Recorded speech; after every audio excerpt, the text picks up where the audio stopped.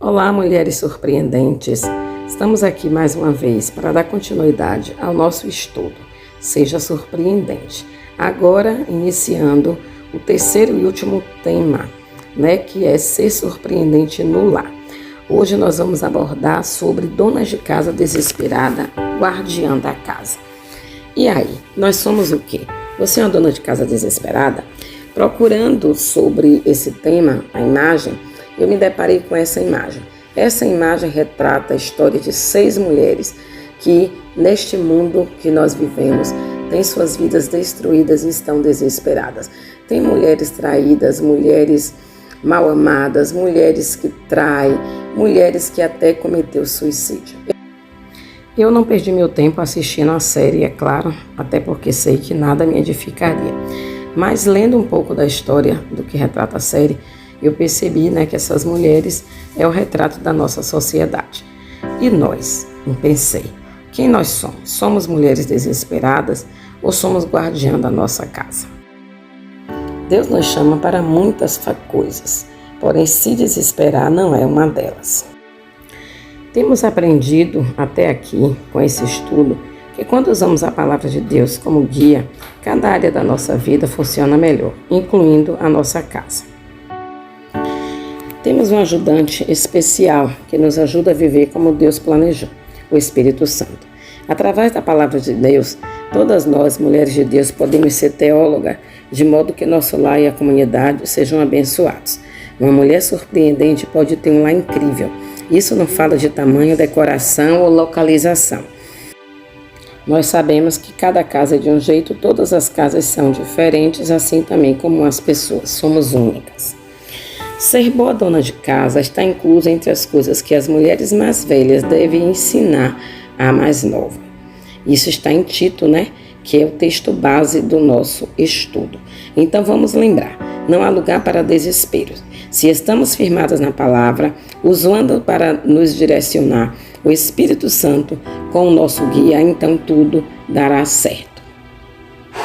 Qual a sua profissão?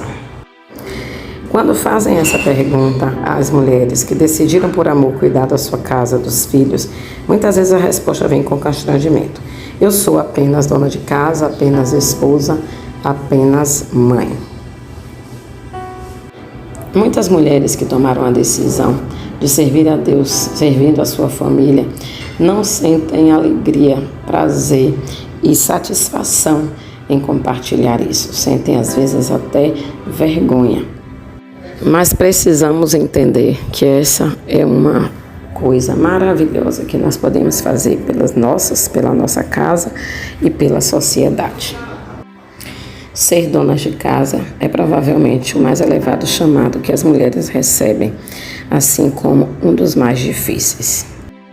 Sabemos que vivemos em outros tempos e que muitas mulheres estão fazendo malabarismo em casa e na carreira. Ainda existem as mães solteiras que, se temos alguma por perto, devemos fazer o possível para ajudá-las, porque a missão dela ainda é mais difícil. Somos realmente verdadeiras mulheres maravilhas. Cuidamos da casa, das crianças e às vezes temos uma profissão fora de casa. Deus criou a casa. A primeira casa está expressa quando Deus nos fala no Jardim Perfeito. Ali era a casa de Adão, que antes da chegada de Eva já trabalhava e exercia uma função diferente naquele jardim. As coisas eram mais fáceis, não existiam roupas para lavar, eles eram vegetarianos e Eva foi a primeira dona de casa em um lar perfeito. Com a chegada do pecado, a vida do homem passou a ser mais difícil e pesada. A terra já não era tão boa, o terreno era rochoso, passou a existir ervas daninhas e o lar passou a ser um lugar de refúgio. Deus é o nosso refúgio e fortaleza, socorro bem presente na angústia, está no Salmo 46, 1. Que deve ser o nosso lugar de segurança e abrigo. Depois de um dia de trabalho, quem não quer um lugar de refúgio?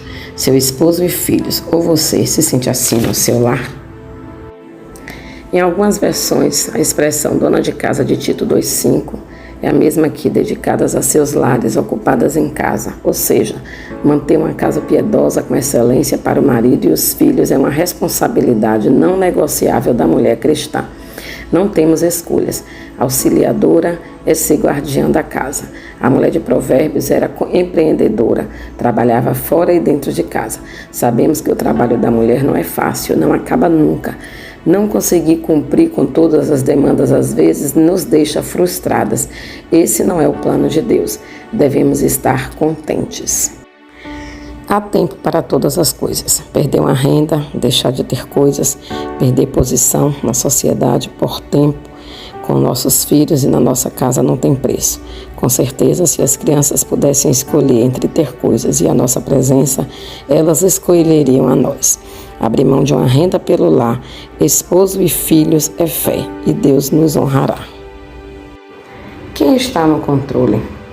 Nós somos presidente executiva das nossas casas, porém nossos maridos são os proprietários, presidentes. Nós não estamos ali para competir com ele, mas estamos ali para cumprir a nossa missão. Mas eles estão no comando. Isso precisamos ter consciência. Uma pergunta: mas se eu não gostar do trabalho? Se não gostamos do serviço do lar, precisamos pedir a Deus que nos transforme e que possamos aprender a gostar. Hoje temos várias ferramentas para nos auxiliar, como cozinhar, como coordenar a casa, a internet está aí e as amigas, que é a melhor coisa que nós podemos ter. Não tem como ser dona de casa sem gostar das funções que precisamos desempenhar com maestria. Ainda que possamos terceirizar essas funções, precisamos acompanhar de perto e colocar em tudo o nosso toque. A casa é nossa. Um conselho é cumprir a palavra de Colossenses 2:3. Tudo que fizerem, façam de todo o coração, como para o Senhor e não para homens. A atitude é uma escolha. Nós temos a liberdade de escolher como queremos conduzir o nosso lar. Sentimento de desvalorização. Se esse é o sentimento que você tem por não receber palavras de gratidão por tudo que faz, lembre-se que é o Senhor a quem está servindo e é Ele que percebe. Ser guardião da casa é questão de escolha. O reconhecimento pode demorar muito, mas se prestarmos atenção na palavra de Deus, ouviremos sua voz mansa e discreta dizendo: muito bem, servo bom e fiel.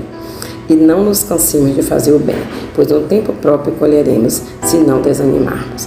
Portanto, enquanto temos oportunidade, façamos o bem a todos, especialmente aos da família da fé. Sentindo-se descontente. Uma atitude que todas precisamos ter é o contentamento. Precisamos ser gratos por tudo. Devemos ser gratas por tudo que nos tem sido dado e observar que poderia ser pior. Tem pessoas em situações pior do que nós. E parar de pensar que o outro está em situação melhor que a nossa. Quando a comparação começa, o contentamento termina. O guardião da casa guarda o portão. Lembre-se que, como presidente executiva, você é a porteira da sua casa. Deve protegê-la com relação ao que entra nela. Ser dona de casa e porteira é uma bênção, um privilégio e uma grande responsabilidade. Se você observar no ponto de vista de Deus, nunca dirá que é só esposa, só dona de casa e só mãe, mas se contentará com tudo o que Deus generosamente lhe concede. A atitude em relação ao nosso marido e filhos refletirá a nossa gratidão. Para aprendermos a ser contente, devemos aceitar este conselho. Deem graças a Deus por tudo, por todas as circunstâncias, porque esta é a vontade de Deus para vocês em Cristo Jesus. Uma mulher surpreendente reina em sua casa e é uma porteira de confiança no seu lar. Nosso papel não é apenas amar nosso marido e filhos, e sim saber conduzir uma casa de maneira eficiente e organizada. O amor por cada membro da nossa família se expressa em fazer do nosso lar um refúgio seguro, um lugar protegido e tranquilo em meio a um mundo às vezes louco. O lar cristão deve ser o lugar onde cada membro da família anseia estar, um refúgio onde o amor transborda, as lembranças especiais são construídas e a alegria e o cuidado são demonstrados. Não é preciso riquezas terrenas, mas sim conquistar essas bênçãos. Que o Senhor nos ajude a ser essas mulheres donas de casas, guardiã do nosso lar, nunca desesperada, que possamos colocar em prática cada ensinamento que nós temos ouvido. Vocês, adolescentes e jovens que estão aqui conosco, podem achar chato o assunto, o tema, mas saibam que vocês são privilegiadas em poderem ouvir desde cedo Para que o Senhor vos chama? Para que o casamento? Para que a constituição da família? E qual o nosso principal papel? Deus nos abençoe e até a quarta-feira no nosso encontro e bate-papo. Um beijo.